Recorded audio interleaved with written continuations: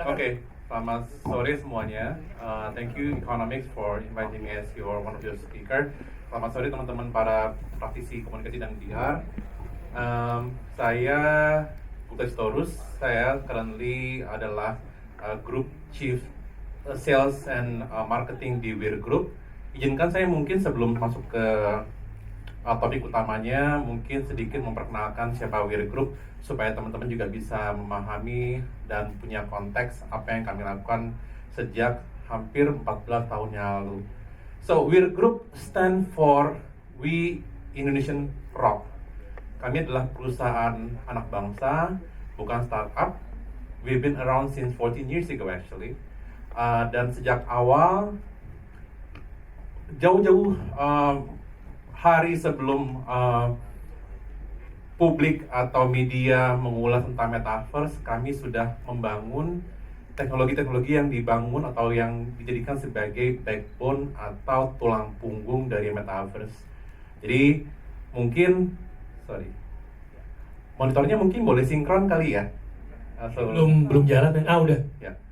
Jadi teman-teman, Wir sudah ada sejak 2009. Dan sejak 2009 yang menjadi fokus kami ada 4 teknologi yang menjadi tulang punggung dari sebuah metaverse. Jadi 14 tahun yang lalu kami sudah menyiapkan sebenarnya Indonesia masuk dalam metaverse. Kalau kita bicara apa yang disebut sebagai tulang punggung, ada 4 teknologi adalah AR, Augmented Reality, Virtual Reality, Artificial Intelligence, dan Blockchain. Mungkin teman-teman in the past 5 years sudah mulai familiar dengan jargon-jargon atau term itu, tapi kami sudah membawa itu 13 tahun, 14 tahun yang lalu. Nah, sejak 2009 memang kami fokusnya kebanyakan di global market rather than di domestic market. Karena apa? Karena 2009 ketika saya jualan tentang AR, orang nggak tahu augmented reality. Taunya account receivable. Dibuangnya ke CFO, ke finance. Jadi makanya kami banyak hyper focus di global market. So we have deployed more than 1,000 project di 20 negara. Kami pernah membantu Pharrell Williams di 2013. Mungkin teman-teman tahu penyanyi di Amerika Serikat.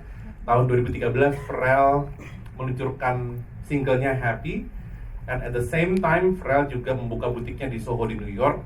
Dan Pharrell merasa bahwa ada sebuah ceruk atau peluang buat teman-teman PR dan komunikasi untuk punya news pack atau momentum menggunakan teknologi yang disebut sebagai AR. Jadi apa yang kami lakukan? Kami membuat sebuah aktivasi dengan menggunakan augmented reality di mana teman-teman atau konsumen yang masuk ke dalam tokonya, butiknya Billionaire Boys punyanya si Pharrell, itu tinggal mengarahkan HP-nya, kemudian muncullah avatar-avatar Pharrell di semua pakaian dan semua merchandise-nya Pharrell. Nah kemudian di 2015 kami juga pernah membantu sebuah campaign, tapi bukan brand campaign, tapi adalah sebuah presidential campaign. So 8 years ago kami membantu seorang capres di Nigeria, Bapak dan Ibu, namanya Muhammad Buhari. Beliau adalah seorang pensiunan militer, umurnya 70 tahun. Sementara Nigeria at that time punya basis voter yang sangat luar biasa besar, itu di milenial, first voternya. Buhari merasa melihat ada sebuah challenge, sebuah tantangan untuk memenangkan hati anak muda. Menariknya, Nigeria at that time adalah pengguna, salah satu negara dengan pengguna Android terbesar di tahun 2015. Kami melihat ada sebuah peluang untuk menggunakan teknologi untuk meraih hati atau simpati anak muda. Kita bikinlah sebuah campaign namanya Next for Nigeria, di mana kami menggunakan lagi-lagi sama elemen dari metaverse yang disebut sebagai augmented reality untuk membuat sebuah public campaign. Nah mungkin Mas Dedi bisa share videonya. Presidential election in Nigeria, Nigeria's youth, Wir Buhari and Vice Presidential candidate Professor Yemi Osibajo. Presenting Next for Nigeria. A 3D set featuring the candidates appear on the screen, and the message is delivered using a very unique way for the prospective voters. After watching the multimedia message, the user can send a message to the candidates in an e-form on what they think the campaign that saw the use of Nah, di sini kita melihat bagaimana teknologi AR itu bisa menjadi jembatan antara capres dan para voternya. Jadi, anak-anak muda yang punya HP Android tinggal download aplikasi, kemudian dia mencari marker-marker atau visual aid yang ada di poster-poster, baliho, koran, dan lain-lain. Kemudian dia tinggal scan, kemudian dia bisa berfoto bersama dengan capresnya dalam bentuk avatar. Tidak hanya itu, mereka pun juga punya akses langsung ke Bu Hori, mengirimkan pesan ke Bu Hori, dan lain-lain. Nah, resultnya apa? Karena teknologi itu just teknologi, tapi kalau tidak punya proximity sama dampak masyarakat akan menjadi sia-sia. 30% of swing voter akhirnya memilih Bu Hori. Dan akhirnya beliau memenangkan capres di 2015, maju selama 2 periode dan kami boleh pulang. Karena akhirnya dia menang. Kalau enggak, kami nggak boleh pulang. Nah, menariknya campaign ini tidak hanya berhasil membantu Bu Hori memenangkan capres, tapi juga kami mendapatkan sebuah award yang lumayan bergengsi, namanya Oki Award di Silicon Valley. So we won that particular award 2 years in a row, 2015 untuk campaign PR-nya Bu Hori, dan 2016 kami menangkan award yang sama untuk campaign Dutch Lady atau Susu Cap Nona di Vietnam. Nah, sejak 2009 kami sudah mendapatkan 5 paten, Mas. Jadi, again, ini adalah perusahaan bangsa. Kami sudah punya 5 paten terkait dengan AR dan aplikasinya.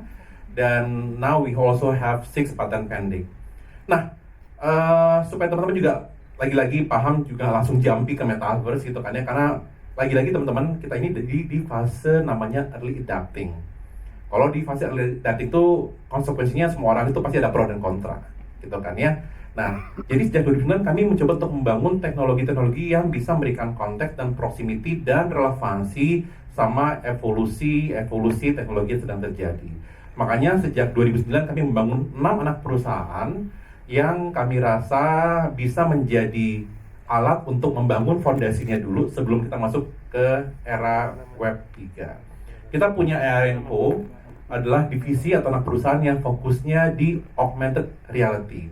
Nah, teman-teman, I understand ini AR, VR itu adalah term yang sudah cukup familiar, tapi apakah teman-teman ada yang tahu bedanya AR dan VR?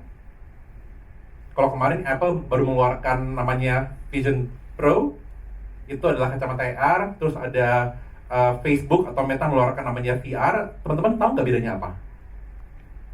Oke, mungkin supaya bisa lebih paham, saya sudah bawa tim teknologi kami namanya Mas Dedi yang bisa memberikan sedikit saja demo-demo yang bisa memberikan pemahaman apa tuh bedanya AR dan VR. Boleh? Mbak Via dulu ya.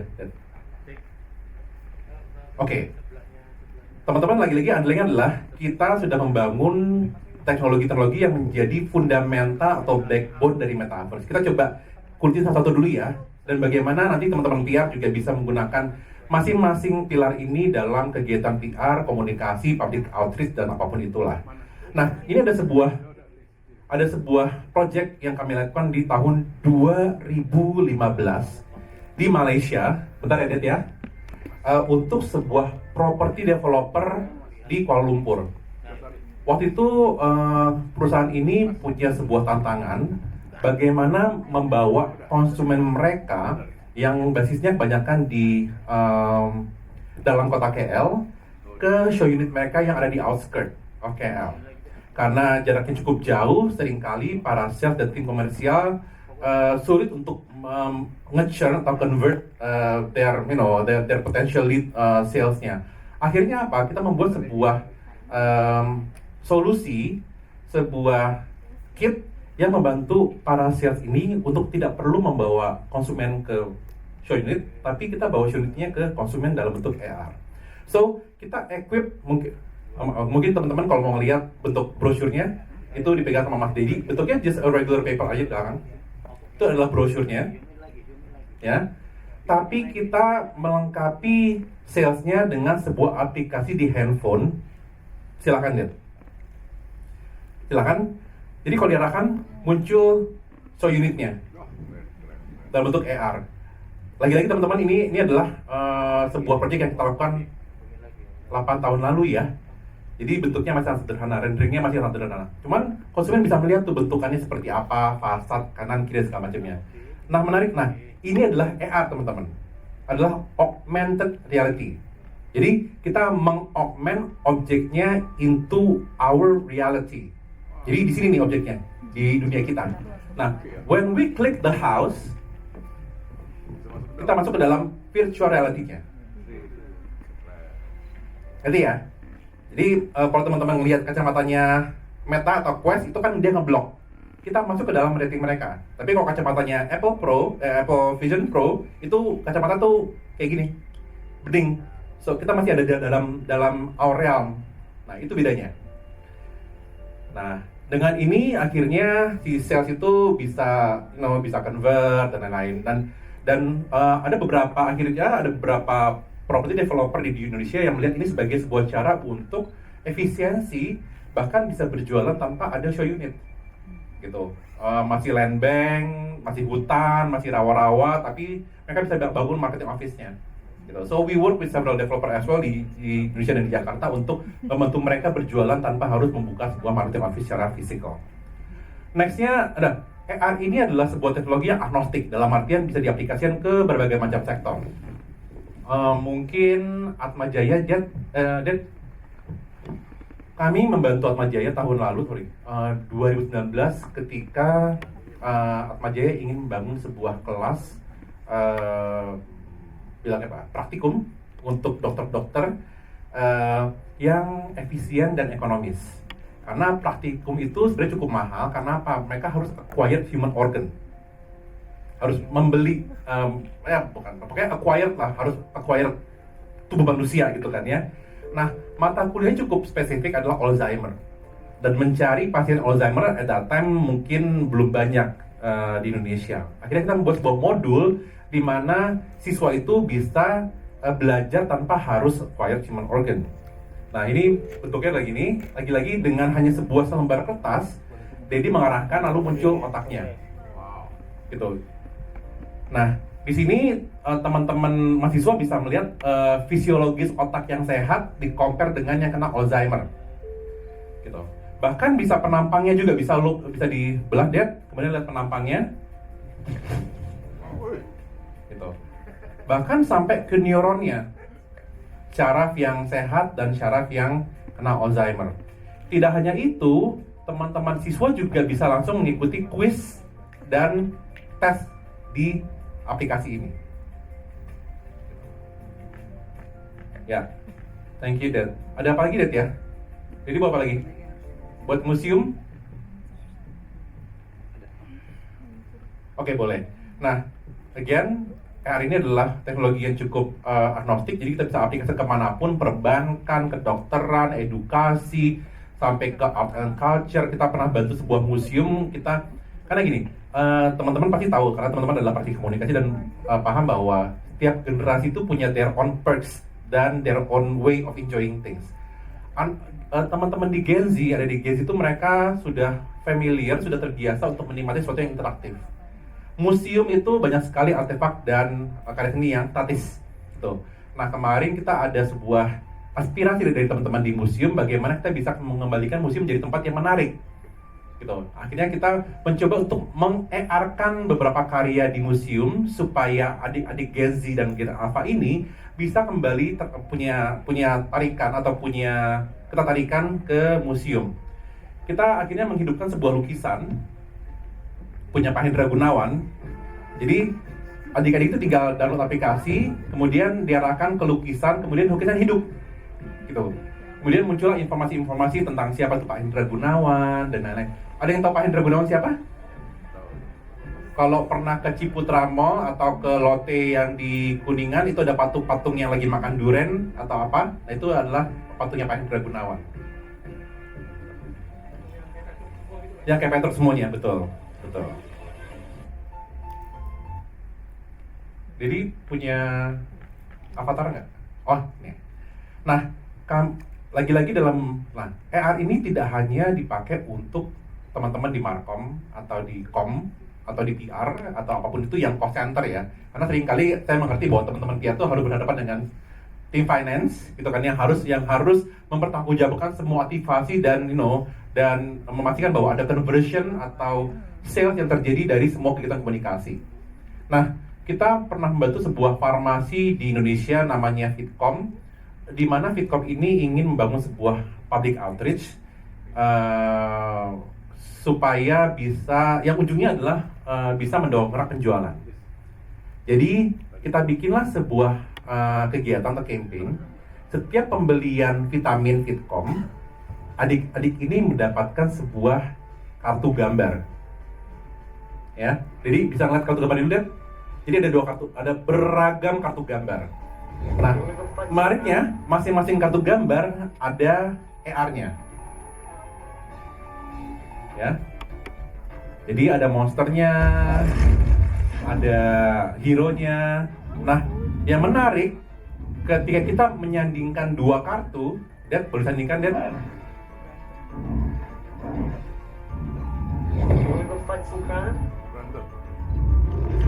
Kita membangun interaksi.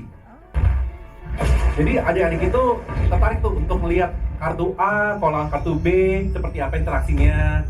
B lawan C, seperti apa. Nah, ini menggunakan AI. Way before kita ngomongin, kita udah pakai AI. Nah, akhirnya apa? Adik-adik itu terus membeli, Mas, vitaminnya. Belum habis vitaminnya, udah terus disuruh ibunya beli. Nah, dan ini yang terjadi. Nah, teknologi akhirnya bisa membantu teman-teman di komersial untuk mendorong penjualan. Nah, itu tadi adalah divisi AR kita, namanya Renko. Nah, kami juga punya sebuah divisi namanya Minds. Oh, jadi mau munculin siapa? Jokowi. Kau santai dengan campaign lo. Tapi aja. Siap. Tapi ada ini nggak? Ada yang seniman nggak dia? Enggak. Ada. Oke. Ini aja. Nah, divisi yang lain yang pernah kita juga, divisi lain yang juga menggunakan teknologi backbone dari Metaverse ini adalah namanya Mindstore. Adalah divisi yang fokusnya di membangun jejaring sosial, membangun jejaring social commerce, namanya Mindstore. Nah, one of our project adalah dengan Alfamart. Teman-teman ada yang pernah dengar tentang Alfamind nggak? Belum pernah ya? Jadi, Alfamart di tahun 2017 itu pingin sekali memberikan kesempatan ke semua orang untuk punya toko sendiri. Tapi kan punya toko Alfamart itu kan mahal ya teman-teman ya. Harus beli franchise-nya, harus punya lahannya, harus bangunannya dan sebagainya. Akhirnya kita bikin sebuah solusi bersama dengan Alfamart. Kita bikin namanya Alfamind, di mana semua orang sejak 2017 bisa punya toko virtualnya sendiri namanya Alfamind. Nah, jadi nggak perlu bayar franchise, tinggal datang aja ke Alfamart, daftar, lalu akan dapat kartu. Bentuknya tuh kayak kartu KTP itu. Nah, kemudian kartu itu, kartu ini kalau diarahkan ke kamera akan muncul tokonya. Lagi-lagi teman-teman, ini tahun 2012 ya, jadi tokonya sangat sederhana. Nah, ketika klik, welcome to my store. Ini adalah toko saya. Ini tokonya Gupta. Gitu. Yang menarik apa? Buat Alfamart, ini adalah potensi untuk mengembangkan bisnis mereka, untuk menambah cabang mereka, tanpa harus membangun brick and mortar, tanpa harus membangun toko fisik.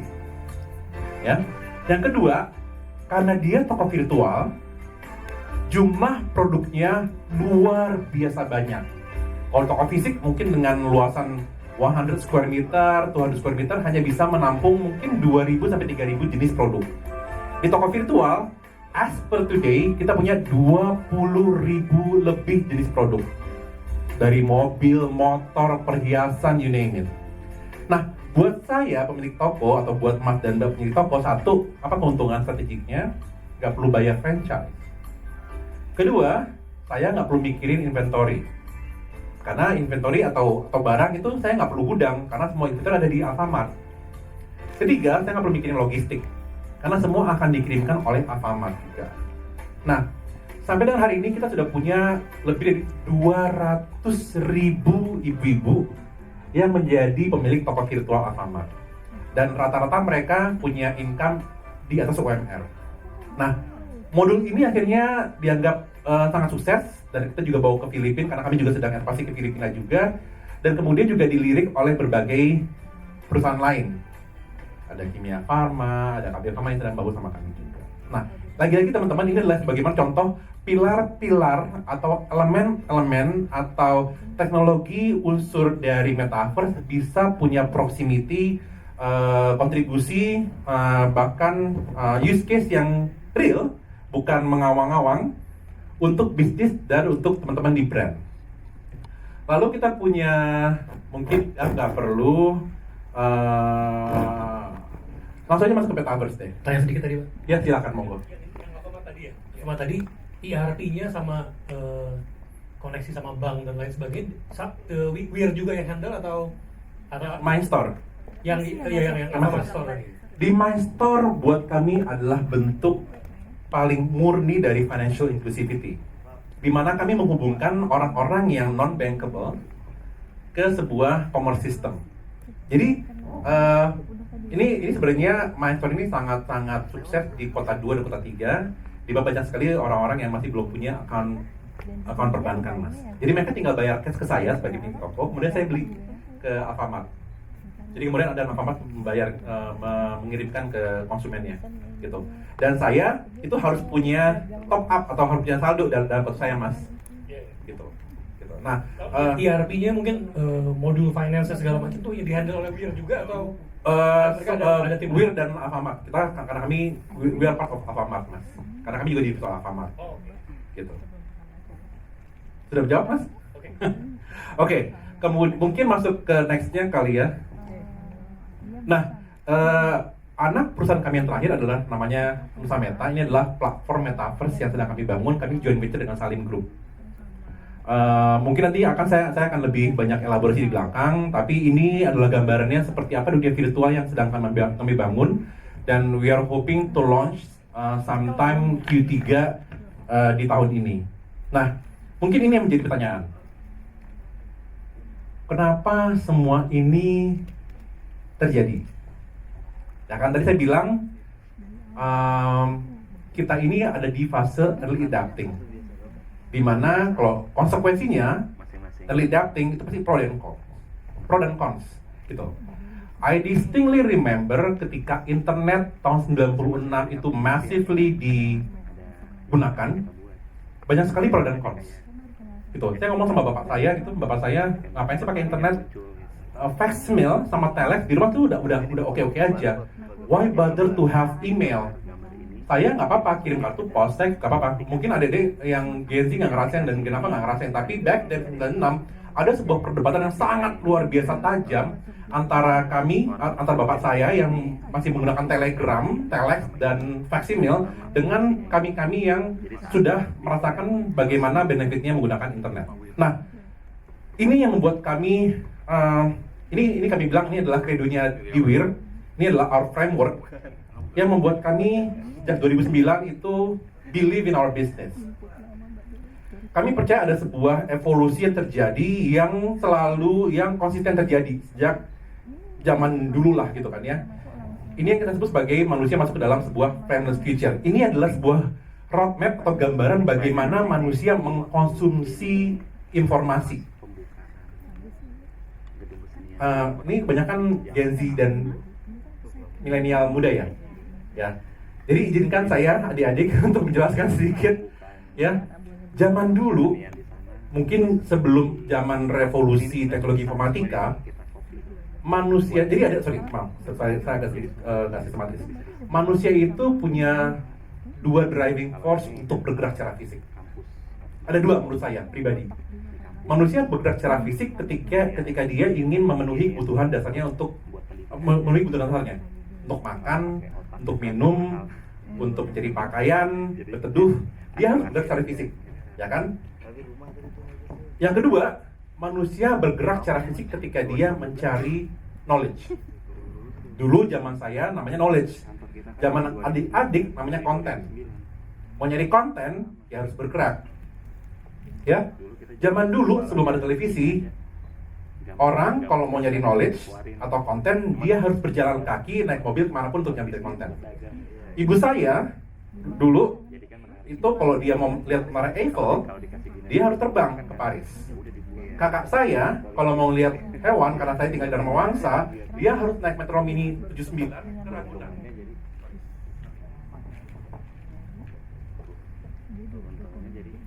Ya. Jadi mereka harus bergerak tuh.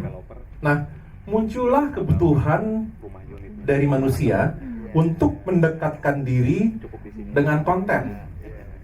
Nggak mau lagi jalan-jalan jauh-jauh, gitu kan ya? Muncullah adik-adik namanya televisi.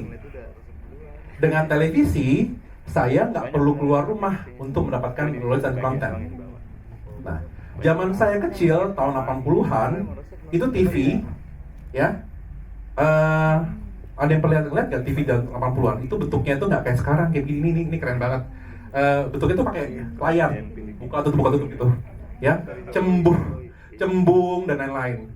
Saya ingat banget kalau saya dulu waktu kecil itu saya my mom remind me not to watch closely to monitor karena bikin mata saya rusak gitu kan ya. Nah, ada sebuah penelitian dan ini legit bahwa apa? Mata manusia memang diciptakan untuk mencari dan melihat sesuatu yang realistik. Ya, makanya muncullah term augmented reality. Muncullah term namanya virtual reality karena apa? Manusia menjadi sesuatu yang realistis. Gitu. TV pun berubah. Dari yang cembung, frame-nya besar, makin lama makin tipis. Dulu kemudian saya punya jarak antara TV 3 meter at least, ya kan? Sekarang saya nggak punya jarak dengan TV, karena apa? Karena TV-nya atau layarnya ada di depan mata saya. This is not the future, adik-adik, teman-teman. Mobile device ini bukan masa depan. Siapa sangka kalau dulu bapak saya dulu punya Motorola yang segede gini zaman 90-an. Sekarang HP saya segini. Kedepannya ternyata adalah namanya wearable device. Ini akan nempel di mata kita. Manusia dan teknologi akan menjadi satu. Frame-nya nggak ada lagi, karena layarnya udah di sini. Bahkan ke tahun 2015 kami sempat ke Silicon Valley, kami sudah melihat ada satu developer yang mendevelop bukan kacamata lagi, tapi contact lens di sini. Makanya sekarang semua brand berlomba-lomba bikin namanya wearable device. Ya, Apple kemarin ngeluarin harganya masih cukup mahal, 54 juta.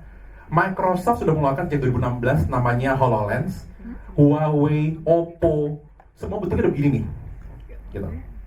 Nah, that's from namanya teknologi informatika. Manusia itu selalu bergerak kok. Jadi kalau ada pro and cons, terima aja. Itu adalah konsep kita hidup di early adapting phase. Nah, ini bagaimana manusia mengkonsumsi informasi. Dari sisi internet pun berubah adik-adik. Yang ngalamin tadi saya bilang, tahun 96, zaman saya kuliah, itu internet itu namanya web 1.0, saya harus masuk ke internet itu, saya mesti ke warnet, gitu kan ya. Kalau nggak di library saya, itu masih pakai modem. Modem itu dinyalain, bunyinya tuh kayak buzzing beast gitu. Kemudian saya masuk ke dalam internet. Masuknya itu juga ke Alta Vista, Yahoo, sangat-sangat one way. Manusia menggunakan internet at that time itu untuk jadi referensi. Sifatnya masih one way. Kemudian muncullah desakan dari kita, kasih dong ruang, kasih dong kesempatan buat saya pengguna internet untuk bisa berinteraksi dengan sesama pengguna internet. Gitu.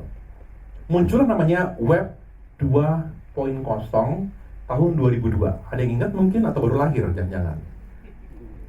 Ya, muncullah platform sosial media, Friendster yang lagi mau naik lagi, ya kan? Muncullah MySpace dan lain-lain. Jalan terus tuh ya kan. Kemudian sosial media berkembang menjadi yang lebih komersial. Muncullah YouTube. Adik-adik masih ingat gak bagaimana tahun 2012an YouTube itu ditentang semua orang, bilang, nggak mungkin YouTube menggantikan media. Look at now. Nggak mungkin YouTube menggantikan televisi. Look at now. Gitu kan, ya. Nah, sekarang muncul lagi desakan dari society, dari kita pengguna internet. Berubah dong internet, ya kan? Adik-adik kita nih yang Gen Z ini lahir tuh udah spending 7 hours di internet, tapi mereka nggak bisa punya apa-apa di internet. Ya, mereka udah spending hampir setengah hidup mereka di internet, tapi mereka nggak bisa own apapun di internet. Adik-adik bisa punya Instagram, betul? Siapa punya Instagram? Hampir semua punya Instagram. Siapa yang punya Twitter? Sorry, yang punya YouTube? Mungkin nggak semua konten kita, tapi punya Instagram kan? Adik-adik bisa punya Instagram, you can capitalize, you can commercialize, bisa jadi Instagram influencer, bisa making money di Instagram, betul? Tapi you do not own the photo on the Instagram, betul? Yang punya siapa? Yang punya Instagram kan? Instagram can take down your photo anytime they want. Ya, atau adik bisa jadi YouTuber, ya kan? You can make money, you can capitalize YouTube, tapi you do not own the video on YouTube. Again, lagi-lagi YouTube bisa take down your video anytime they want.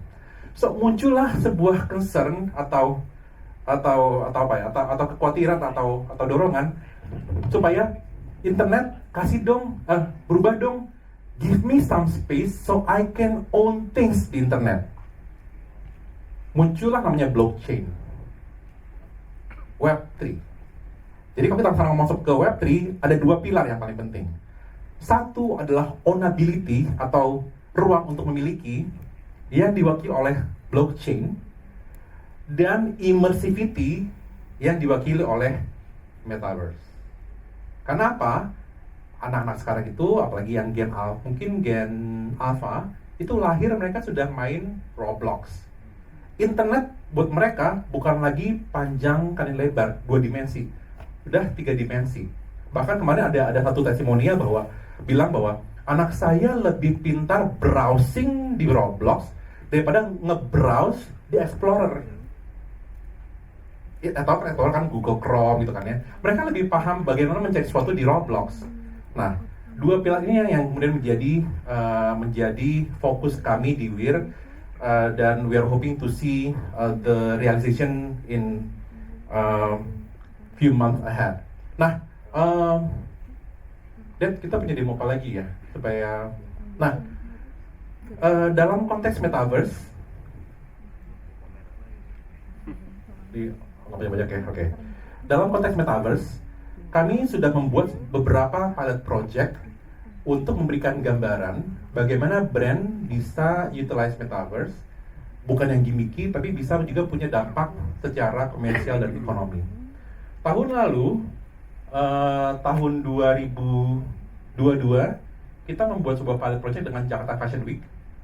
Ada yang tahu Jakarta Fashion Week is the largest fashion platform in the country. Kita buat sebuah use case bagaimana teman-teman di sektor kreatif bisa merasakan langsung dampak dari evolusi internet ini. Dad bisa share mungkin juga Dad?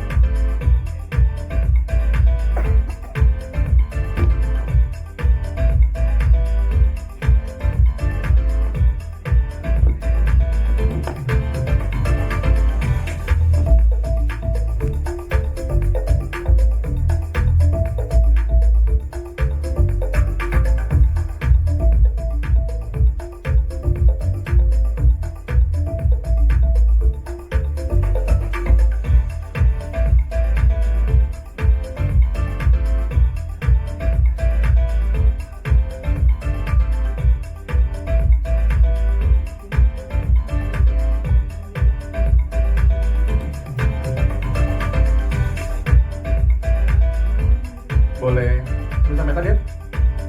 Sebelum saya tutup. Nah, tadi we work with 21 fashion designer dan Nadita Slavina dan lain-lain. Di situ kita sebenarnya ingin memberikan gambaran bahwa teman-teman fashion designer sudah bisa mulai menggunakan metaverse untuk membangun komersial aspek mereka. Kalau dulu kan fashion designer itu kan tahapan berkaryanya kan cukup panjang ya. Mendesain, gambar kerja, cari kain, tukang jahit, baru berjualan atau baru ke toko. Dengan Web3 ini sebenarnya akan ada kebutuhan kita punya sebuah representasi dunia digital, maka kebutuhan untuk memiliki digital fashion itu juga muncul. Nah, teman-teman si fashion designer ini akhirnya bisa commercialize. tanpa harus punya supply chain yang panjang, dari gambar ke 3D langsung jualan. Nah, itu yang kemarin coba kita exercise. Nah, metaverse yang mau kita bangun bentukannya seperti ini kurang lebih.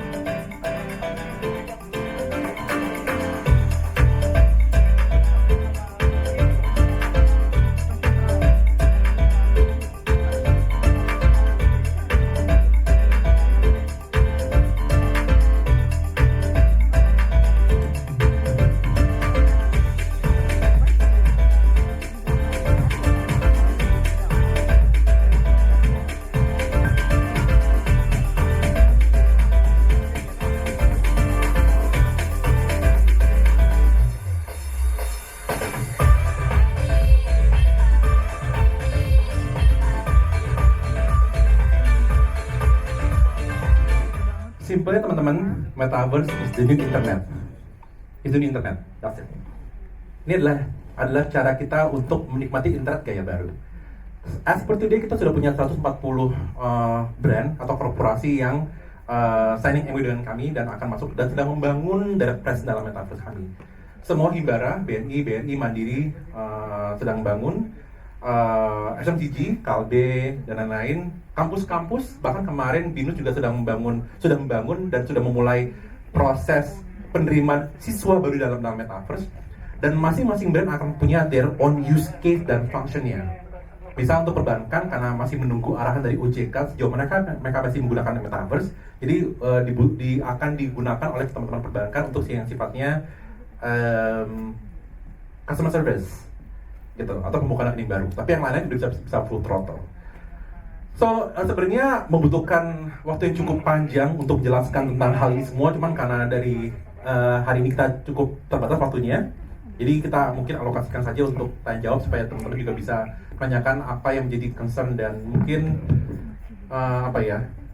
apalah pokoknya gitu. Monggo silakan Pak Moderator. Tangan buat Pak Gupta Sitorus.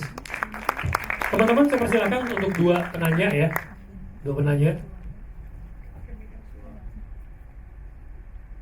Mau disebutkan nama dan institusinya, Mas? Silakan. Selamat siang Mas, salam kenal, saya Gary Ardian dari No Limit. Jadi kalau kita dari sisi praktisi sebetulnya sudah mulai mencoba adaptasi Mas, dengan AR, VR gitu. Bahkan di beberapa event yang kita ikutkan gitu ya, kayak kita buka booth itu sistemnya udah mulai digital semua. Cuma kan concernnya itu ini pun harus dua arah dengan si audiensnya. Gimana audiens juga bisa adaptasi ya. Kalau kita sekarang tuh zaman sekarang ikut event atau mau visit ke booth itu sudah versi digital seperti ini gitu.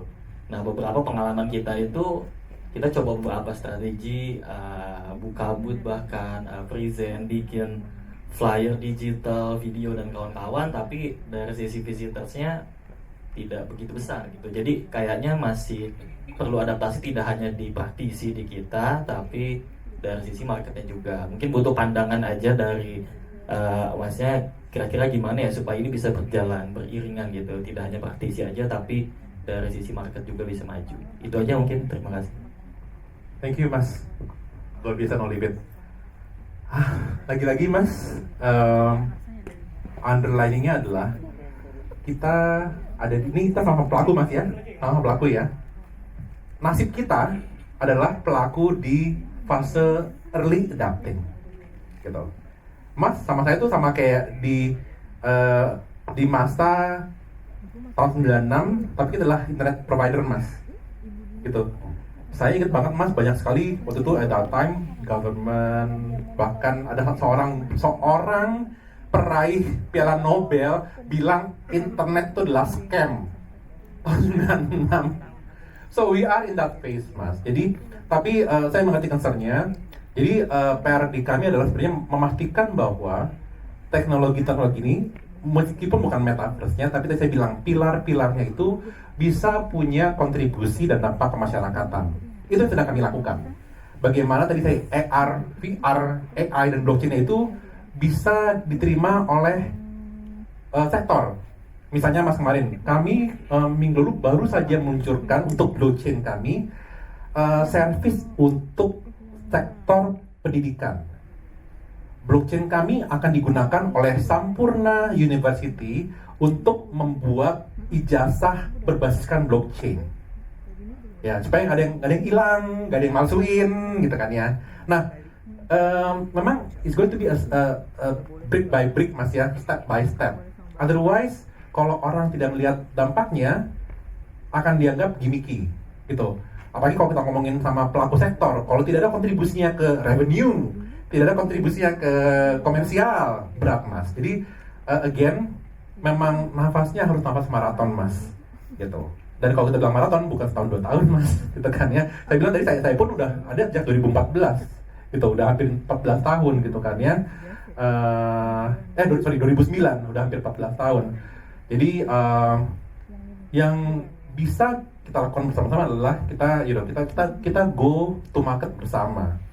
Kita sama-sama mengedukasi market. Dan again, saya bukannya mau memberikan liability dan accountability yang besar ke pemerintah, tapi again, pemerintah pun juga punya fungsi yang sangat-sangat strategis di sini sebenarnya. Karena roll out atau road to market kalau dilakukan oleh pelaku sektor swasta saja itu berat ya Mas ya. Makanya kita sering kali melakukan dialog, dan saya juga senang hari ini ada perwakilan Kominfo, di mana kami juga sering kali duduk bersama dengan teman-teman Kominfo untuk memastikan bahwa kali ini Indonesia tidak ketinggalan lagi, gitu.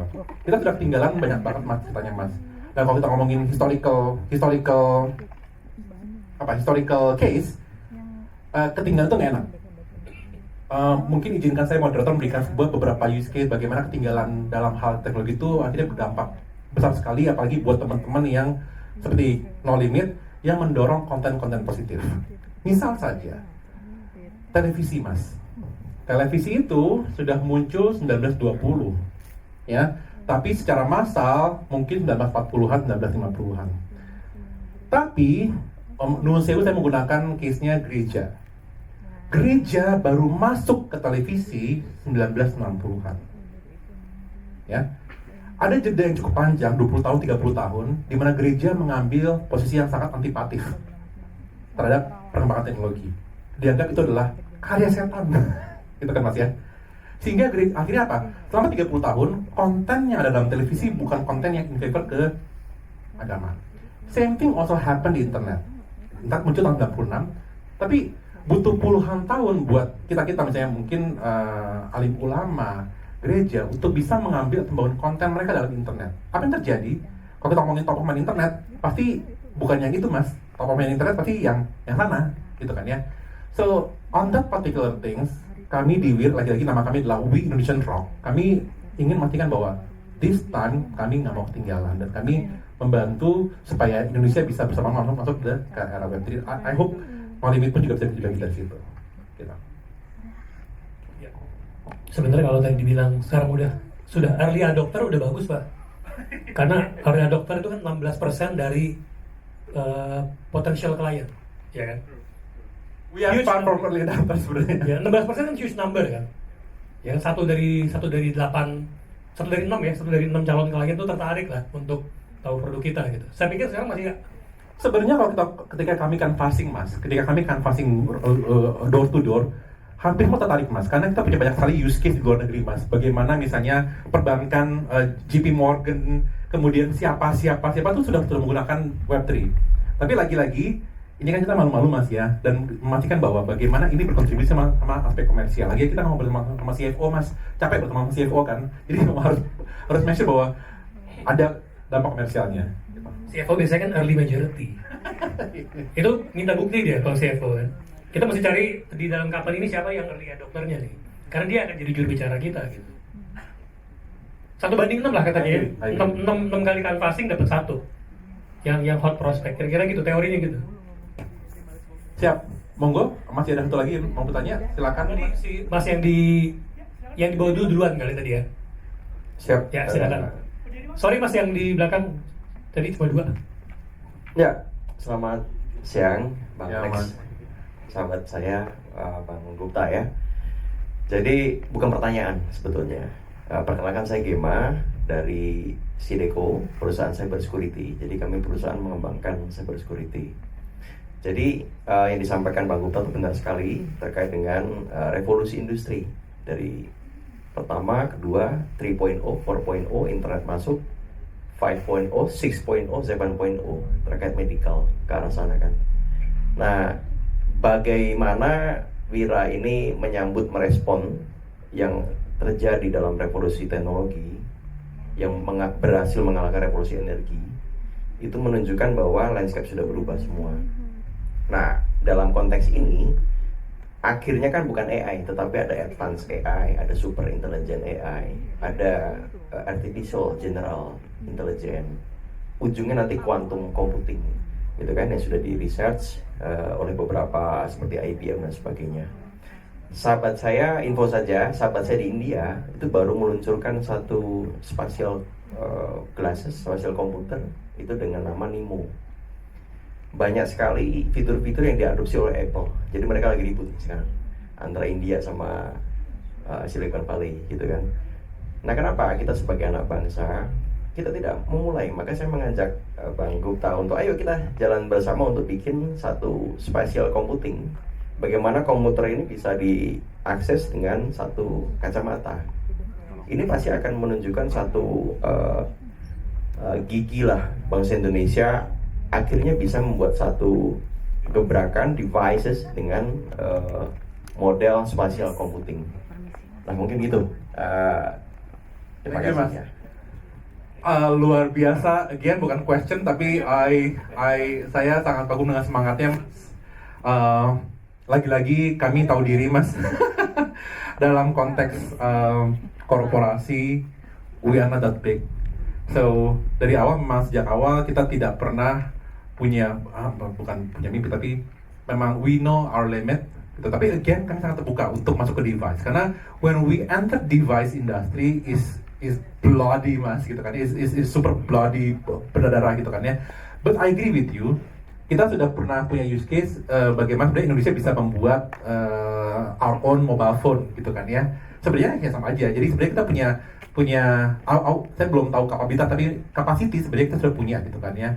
Jadi kalau memang ini bisa dijadikan sebagai kalau ada bapak-bapak dari Kominfo melihat ini sebagai sebuah aspirasi dan menjadikan ini sebagai sebuah strategic positioning, tentu akan sangat menarik sebenarnya. Karena kita sudah melihat hampir semua giant brand itu masuk ke device kan ya gitu kan ya.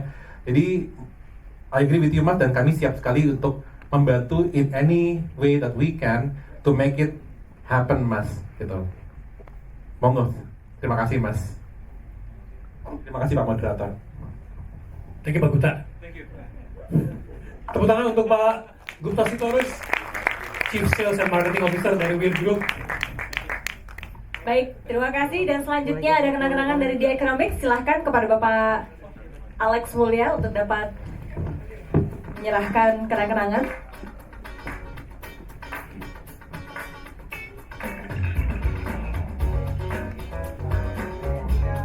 Silakan kita foto bersama terlebih dahulu.